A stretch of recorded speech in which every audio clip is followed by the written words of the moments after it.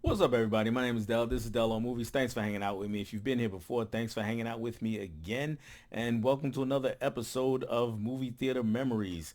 And if you can't tell what we're going to talk about, we're going to talk about Purple Rain. So this is a episode that was brought on by an episode that was brought on by a movie swap that I really just finished filming, guys. Just finished recording with my good buddy Troy at Comic Book Movie Collectors Guide. Go check out his channel. And the movie that he had never seen before was Purple Rain. We talked about that, and we had a great time talking about that. And it really just brought back memories of me actually going to the theater to see this movie. And the story of it really starts the year before Prince released the album 1999, which had that song on there, and Little Red Corvette was another big song from that album. And those were the two songs that really started my Prince fandom. I was really loved those songs, and used to get excited when the video used to come on TV. This is back before YouTube days, so I couldn't just pull it up anytime. I had to wait for somebody to show it to me, and I really got into those. And then of course the news came out that he was making a movie called Purple Rain, and I saw the trailer for it, and I was just real excited about this movie. I was like, oh man, I gotta go see this movie. Prince is my guy now. I gotta go see this movie. So convinced my mom to let me go see this movie. If you're not familiar with it, it's a rated R movie, and I was 13 at the time it came out. It came out in 1984, and we went to a theater in New York. It was called Sunrise Theaters. It was one of the first multiplexes that I can remember going to. It had like 16 theaters in it, and back then this was a big deal because most movie theaters only had one or two, some three. Nothing really bigger than that. So in this case, this theater has so many movies. My mom was not a big fan of Prince. She was like, sure, we can go. I'll go see something else. You and your brother, and my brother's 5 years younger than me, so he was 8, and he's like, you guys go see Purple Rain, and I'll go see something else. You meet me back in the lobby. So we go in to see Purple Rain, and the theater is packed. I mean, it's the line to get in was already crazy, and she helped. She got us the tickets and then sent us on in, and we're sitting in the third row, second or third row. I think it was the third row of the theater, and we're not even sitting in the middle. We're sitting off to the side. This was one of those theaters.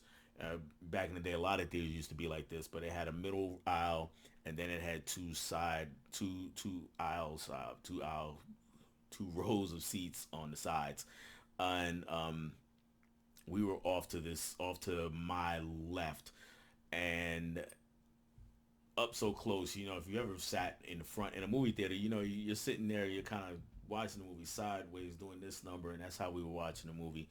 And I did that for the whole 2 hours of the movie, or lean way back in my seat looking up at the screen, and it didn't matter because I was mesmerized.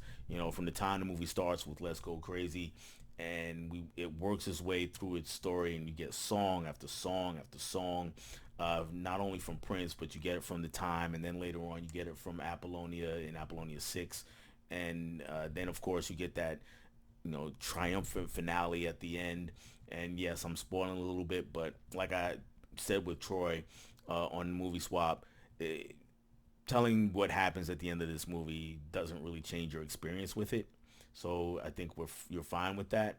Um, but just all the way through that process, like I said, I sat there, I was mesmerized by the whole thing, and then this carried on until after the movie. After the movie is over, I got the soundtrack album. I convinced mom to buy me the soundtrack album, or the Purple Rain album, which is not technically the soundtrack since some of the songs are missing. Um, but this was an actual album back in the day, vinyl. Before it was just the trendy thing. It was the only way to get music. Well, the best way to get music. And you open up the album cover, and there's all the lyrics to all the songs. And I specifically remember that they were written in cursive, and in true Prince fashion, anywhere the word two was, it was a number two. The way he kind of predicted text speak. So in a way, because the word you, it was just the letter U. Same thing with four. And that, and I just thought that was just so cool back then. It's not something you saw much of in 1984, and I would play the album over and over and over, and sing every song as I'm reading the lyrics. And of course, eventually I got to learn all the lyrics of the song, so I didn't need the album cover anymore. If the song comes on, I could just go right with the song. It didn't matter which song. I could go all the way through it, every word, and I can still do that pretty much. I might miss a word or two here and there, but for some songs, it's just like the first time hearing them again. And then even on after that, you know, I'm starting school. It happened to coincide with a year of rough school year for me. I was getting sick a lot. I had asthma, and I would get a lot of asthma attacks. I've outgrown it since then, but at that time I would get a lot of asthma attacks, and I wound up spending a lot of time in the hospital. I did two separate stints of about a week in the hospital and a week at home. So it was really 4 weeks out of my school year where I just was not in school. And then there was a lot of other trips to the emergency room where I didn't get admitted.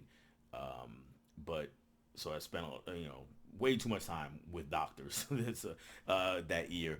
But during my hospital stays, my mom, she bought me some magazines to read, and it was really two kinds of magazines she bought me. She bought me sports magazines, and mostly football. Really, she bought me football magazines and magazines that had Prince on the cover. And in the year of Purple Rain, Prince was on the cover of everything.